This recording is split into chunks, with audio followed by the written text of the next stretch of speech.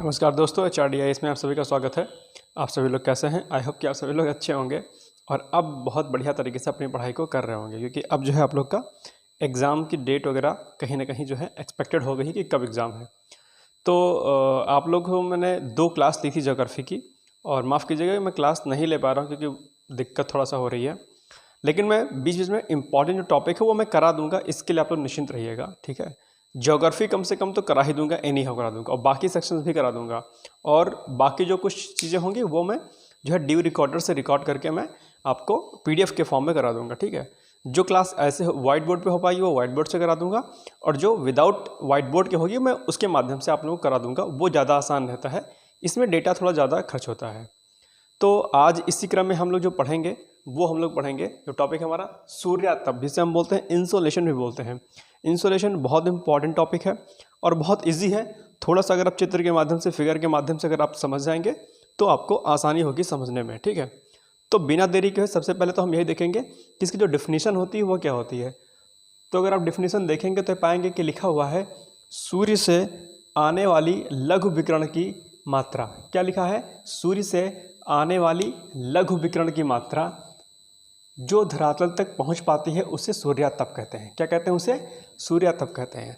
यानी कि sun rays, यानी कि लघु विकिरण जो होती है, ठीक है, उसकी मात्रा, शॉर्ट वेवलेंथ की जो मात्रा हमारे अर्थ सरफेस तक जो पहुंच पाती है उसे क्या बोलेंगे हम? उसे बोलेंगे हम जो है इंसोलेशन, या हम सूर्यातप बोलते हैं। सूर्य का प्रकाश एक तरीके से हमारे तक पहुँचता है, राइट। अब इसको ये जो है इसको प्रभावित करने वाले कई सारे फैक्टर्स होते हैं, कई सारे क्या होते हैं? कारक होते हैं, और उन कारकों को हम समझने का प्रयास करेंगे। और ये जो आप चित्र देख रहे हैं ये बहुत इंपॉर्टेंट है।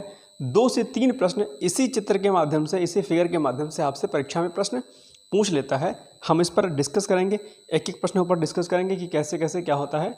तो टॉपिक अब हमारा है, हेडिंग है कि धरातल पर, यानी कि पृथ्वी के सरफेस पर धरातल पर आने वाली सूर्यातप की मात्रा को प्रभावित करने वाले कारक कौन कौन से हैं, ठीक।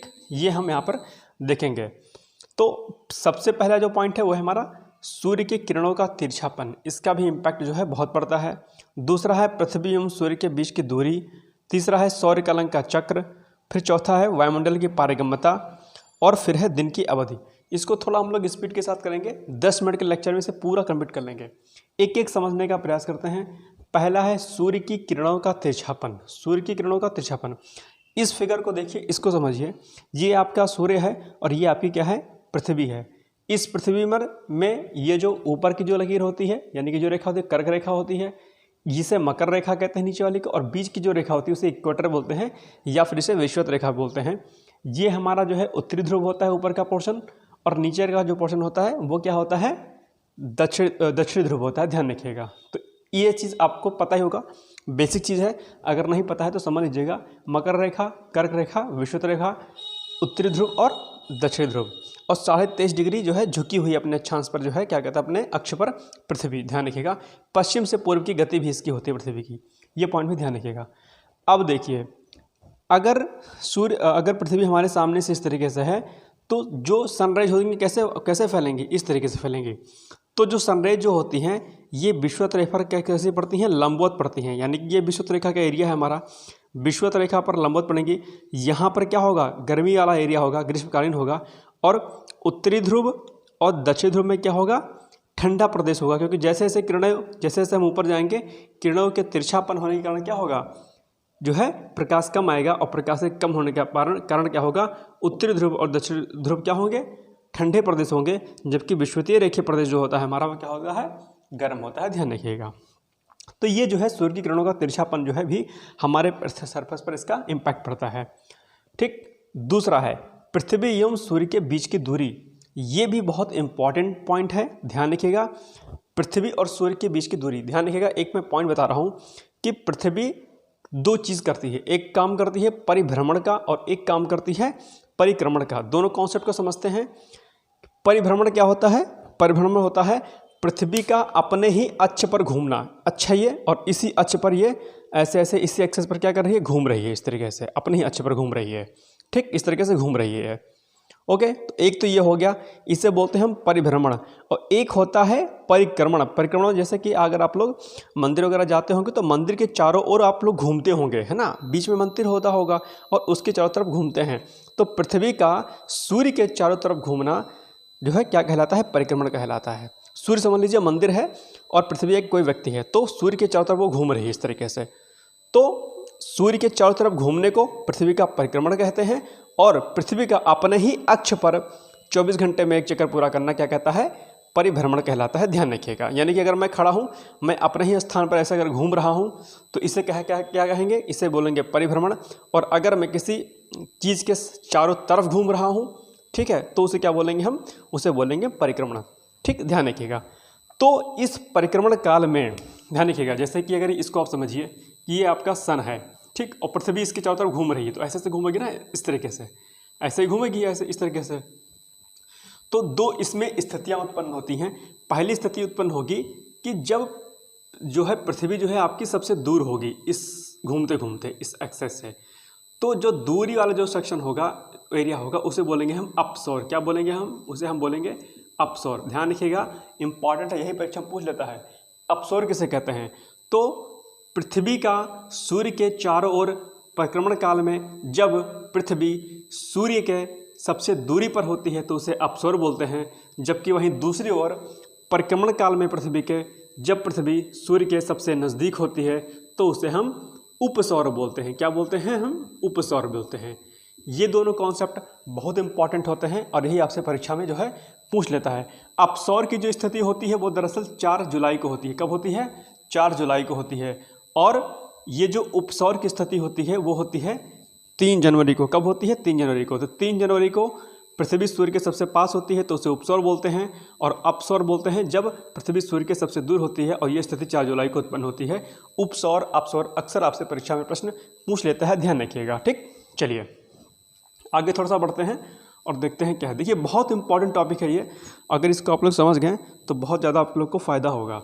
ठीक, तो सूर्य के किरणों का तिरछापन हो गया, पृथ्वी एवं सूर्य के बीच की दूरी हो गई। अब एक कॉन्सेप्ट है सूर्य कलंक का चक्र। सूर्य कलंक जिसे हम सन स्पॉट भी बोलते हैं, ये क्या होता है? ये वो चीज़ होती है जब सूर्य पर जो है एक वृष्टि छाया प्रदेश आ जाता है, यानी कि एक जो है छाया प्रदेश आ जाती है। तो छाया जब आ जाएगी सूर्य के ऊपर, तो जितनी ज़्यादा छाया होगी क्या होगा? सूर्य के सतह का तापमान जो है क्या हो जाएगा? कम हो जाएगा। और सूर्य के तापमान का अगर जो तापमान कम होगा सूर्य के सतह का, तो जो पृथ्वी हमारी होगी वो भी जो है उसमें भी जो है प्रकाश लाइट कम आएगी और पृथ्वी फिर क्या रहेगी? ठंडी रहेगी एक तरीके से। तो सौर कलंक की संख्या अगर ज़्यादा है, यानी कि सौर कलंक अगर ज़्यादा है तो पृथ्वी पर आने वाला प्रकाश कम होगा। और अगर सूर्य कलंक कम है, यानी कि छाया वृष्टि छाया प्रदेश ज़्यादा नहीं है सूर्य पर, तो क्या होगा? तापमान ज़्यादा आएगा। ध्यान रखिएगा इस चीज़ का। तो सौर कलंक की बढ़ती संख्या का असर क्या होता है? सौर कलंक की बढ़ती संख्या से पृथ्वी का तापमान जो है कम होता है। और सौर कलंक की संख्या अगर क्या है? कम है। अगर देखो दो चीज़ें मैं दोबारा बताता हूँ इस चीज़ को। ये सूर्य है, ठीक। अब अगर इस पे सौर कलंक की संख्या ज़्यादा है तो क्या होगा? ये जो है यहाँ पर क्या होगा? इस एरिया में क्या होगा कि ये ठंडा रहेगा एक तरीके से, क्योंकि भाई लाइट तो आएगी नहीं, सौर कलंक रहेगा यहाँ पर, और ये हमारी पृथ्वी है। तो अगर ये वाला सौर कलंक ज़्यादा है यानी ज़्यादा एरिया में है तो प्रकाश ही नहीं आएगा, तो पृथ्वी क्या हो जाएगी? ठंडी हो जाएगी। क्या हो जाएगी? ठंडी रहेगी। अब देखो इसको हटा दो, और सौर कलंक अगर क्या है? कम है। अगर इतने ही एरिया में है, अगर माना कि इतना ही एरिया में है, तो सौर कलंक की संख्या कम है तो गर्म होगा। और अगर ये गर्म होगा तो पृथ्वी क्या होगी? इसकी अपेक्षा फिर यहाँ भी क्या होगी? गर्मी होगी, तापमान ज़्यादा आएगा। ठीक, तो सौर कलंक अगर ज़्यादा है तो पृथ्वी का तापमान कम रहेगा, और सौर कलंक की संख्या कम है तो पृथ्वी का तापमान ज़्यादा रहेगा। ध्यान रखिएगा, ये कॉन्सेप्ट सौर कलंक का है, ध्यान रखिएगा।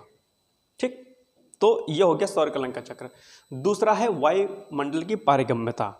ठीक है, यानी कि अगर एटमॉस्फेयर आपका घना होगा, सघन होगा, तो तापमान जो है पृथ्वी पर क्या हो गया? टेम्परेचर कम रहेगा उसका, यानी कि सन रेज कम आएगा। घना अगर है, घना मतलब कुछ पार्टिकल्स हैं आपके एटमॉस्फेयर के बीच में या कई अन्य चीज़ें हैं, तो उससे तापमान जो है आपकी पृथ्वी पर कम आता है। और वहीं अगर दूसरी तरफ अगर एटमॉस्फेयर यानी कि आपका जो एटमॉस्फेरिक जो एरिया है अगर वो विरल है, तो विरल होने से पर क्या होगा? टेम्परेचर ज़्यादा आएगा, तापमान ज़्यादा आएगा पृथ्वी पर। ध्यान रखिएगा। ठीक, ये महत्वपूर्ण पॉइंट भी वायुमंडल की पारगम्यता से है। अब जो सबसे इम्पॉर्टेंट है वो है दिन की अवधि। क्या है? दिन की अवधि। ये सबसे महत्वपूर्ण है और इसी को यहाँ पर क्या कहते हैं, समझाया गया है। फटाफट इसको फिगर को समझ लेते हैं। 2-3 प्रश्न जो है यहाँ से बनते हैं। ठीक, ये परिक्रमण काल का समय है एक तरीके से। इससे पृथ्वी चारों तरफ घूम रही है एक्सेस पर, पहले यहाँ आ रही है, फिर यहाँ आ रही है, फिर यहाँ आ रही है, फिर यहाँ आ रही है। अब देखना, और ये सन है, सनरेज ऐसे ऐसे इस तरीके से क्या हो रही हैं, जा रही हैं। अब देखना, मेरी बात सुनना। 2 कंडीशन, पहली कंडीशन बनेगी 21 जून की। क्या बनेगी? 21, जब सूर्य की जो किरणें होंगी सीधी क्या एक्सेस, पृथ्वी ऐसे है और इस तरीके से, एक तो अपने अक्ष पर घूम रही है इस तरीके से और इसके चारों तरफ घूम रही है, ऐसे ऐसे घूम रही है। तो जब पृथ्वी घूमते घूमते यहाँ पर आएगी तो यहाँ पर क्या होगा, इस तरीके से ऐसा स्थान हो जाएगा कि यहाँ पर जो है क्या रहेगा, यहाँ पर जो है आपका रहेगा, देखो यहाँ पर रहेगा कर्क रेखा। ये क्या है? आपकी कर्क रेखा है। नीचे वाली क्या है? मकर रेखा है। और ये क्या बीच की क्या है? विषुवत रेखा है। तो जब सनरेज कर्क रेखा पर सीधे यानी कि लंबवत पड़ेगा तो उत्तरी ध्रुव में क्या होगा, दिन बड़ा होगा, रातें क्या होगी, छोटी हो जाएंगी। सिंपल सी बात है कि जब इस एरिया में भाई बीच में तो इक्वेटर है ना, बटा हुआ है बीच में, ये ऊपर उत्तरी गोलार्ध है, नीचे दक्षिणी गोलार्ध है और फिर कर्क रेखा है और नीचे मकर रेखा है। तब जब सूर्य की किरणें कर्क रेखा पर लंबवत पड़ेंगी तो उत्तरी गोलार्ध में दिन बड़ा होगा, रातें छोटी होंगी, जबकि ठीक विपरीत दक्षिणी गोलार्ध में क्या होगा, रातें बड़ी हो जाएंगी और दिन छोटा हो जाएगा। क्यों? क्योंकि यहाँ पर प्रकाश नहीं पड़ेगा। तो प्रकाश नहीं पड़ेगा तो क्या होगा, रात बड़ी हो जाएगी, दिन छोटा हो जाएगा। यहाँ पर प्रकाश लंबवत पड़ेगा तो दिन बड़ा हो जाएगा, रात छोटी हो जाएगी। ये 21 जून की कॉन्सेप्ट होगा। ठीक, अब देखो यही सेम कॉन्सेप्ट यहाँ पर होगा, 22 दिसंबर को होगा। यहाँ पर सूर्य किरणें मकर रेखा पर पड़ेंगी, तो जब मकर रेखा पर पड़ेंगी तो क्या होगा, यहाँ पर दिन दक्षिणी गोलार्ध में क्या होगा, दिन बड़ा हो जाएगा, रातें छोटी हो जाएंगी। और ठीक विपरीत इसके उत्तरी गोलार्ध में हो जाएगा। उत्तरी गोलार्ध में क्या हो जाएगा, उत्तरी गोलार्ध में रातें बड़ी हो जाएंगी और दिन छोटा हो जाएगा। तो ये कंडीशन यहाँ होगी।